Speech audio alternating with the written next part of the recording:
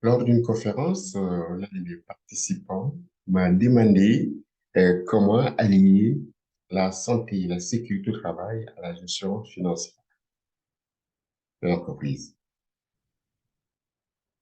Dans cette vidéo, je vais vous présenter 3 actions pour mieux vous aider à allier, donc à combiner la prévention des accidents du travail et la gestion financière de votre entreprise. À la fin de cette vidéo, vous serez également capable de mettre en œuvre ces 3 actions dans votre entreprise si vous le désirez bien. Je suis Fidèle Ndjoulou, consultant chez Fidelis Conseil, un cabinet spécialisé en prévention durable des accidents du travail. Fidelis Conseil offre 3 principaux services aux entreprises de plus de 20 employés: un accompagnement de formation et un diagnostic pour établir un plan de prévention durable des accidents du travail. Alors, tout de suite, allons dans le vif du sujet. C'est important, oui, de comprendre cette question, puisque les questions de voir et selon l'explication apportée que le département des finances tente à négliger un peu la prévention des accidents, ou du moins ou en général la santé et la sécurité au travail. Donc, la première action que je vous propose, c'est de considérer l'entreprise comme un corps humain. Et comme tout corps, toutes les activités, tous les organes doivent travailler ensemble au bon fonctionnement de cet organe unique qui est le corps. Donc, tous les membres travaillent au bon fonctionnement du corps humain. Par conséquent, il importe de prendre euh, en valeur, de donner de l'importance à tout ce qui fait partie du corps. Je sais pas, mais c'est important de le savoir. Parce que si vous séparez les départements de production et le département des finances ou un autre département service à la clientèle, ou service à la clientèle tout simplement, vous allez vous rendre compte que chacun va tirer la couverture de son côté en fonction de son importance dans l'organisation. Or, comme tout corps humain, c'est la combinaison de tout cela qui fait que nous avons une vie harmonieuse. Du moment où vous considérez, vous donnez l'importance déjà à l'entreprise de le percevoir comme un corps, comme un tout uni, il n'y a rien d'autre que de mettre tout le monde en valeur. Ce qui nous amène au point 2, à la deuxième action que je vous propose, qui est de considérer ou de donner de la valeur à tous les départements de votre entreprise. Selon l'explication de ces participants, la santé et sécurité au travail de son département est négligée. La prévention des accidents, c'est pas une priorité.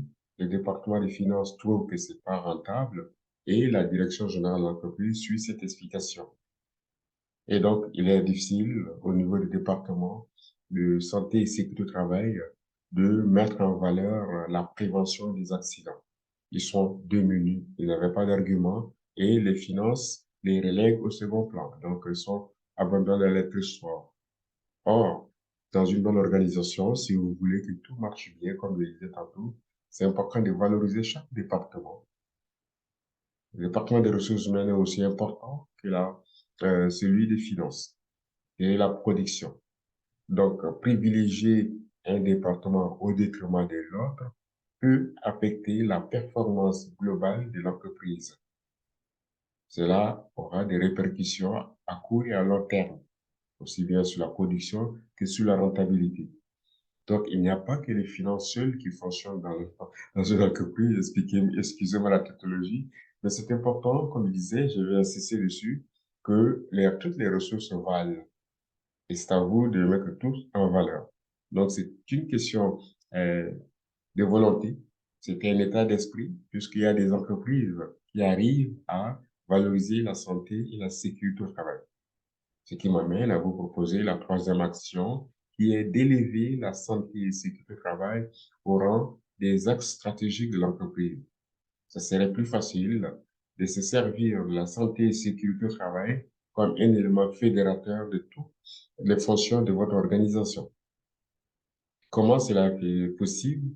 Mais du moment où la santé et la sécurité au travail devient un axe stratégique, et la plus d'importance, c'est une question traitée à haut niveau. Par conséquent, toutes les fonctions s'imbriquent et contribuent à la réussite de l'organisation en mettant l'accent sur l'aspect humain. Donc, dans ces organisations, on met en avant les capitales humains. Je vous donne un exemple concret. Un vice-président aux finances d'une entreprise de Montréal a pris cette initiative de valoriser à son niveau la prévention des accidents du travail. Et comment il le fait? Ben, puisque celui les détenteurs, c'est monsieur chez qui de la maison, ou bien il donne son avis sur toutes les questions des finances. Alors, pour que, avant d'acquérir une machine, une nouvelle machine de l'organisation, ben, il veut s'assurer que tout fonctionne bien, que cette machine ne fait pas ou n'amène pas des risques au sein de l'organisation. Donc, puisqu'il n'est pas expert, il se rapproche du département santé et sécurité au travail. Il écoute tous les experts pour s'assurer de la conformité de cette machine, qu'il n'y ait pas de parties dangereuses, qu'il n'y ait pas de parties tranchantes, mouvantes ou mobiles qui puissent porter atteinte à la sécurité des employés. Parce que selon ses explications, il se voit comme un responsable de famille ou une responsable de famille qui va faire des achats, qui va acheter de nourriture pour la famille. Et donc, il ne va pas acheter de nourriture de mauvaise qualité parce que cela peut affecter la santé des enfants et de la famille tout entière. Par conséquent, il ne voit pas l'utilité d'acheter une machine ou un équipement qui a des risques pour ses employés, puisqu'il considère son entreprise comme une famille. Donc, il doit s'assurer que tout ce qui entre dans l'organisation doit être sain et sauf. Sinon, il ne signe pas le chèque ou bien il ne donne pas son avis pour l'acquisition de ces matériels.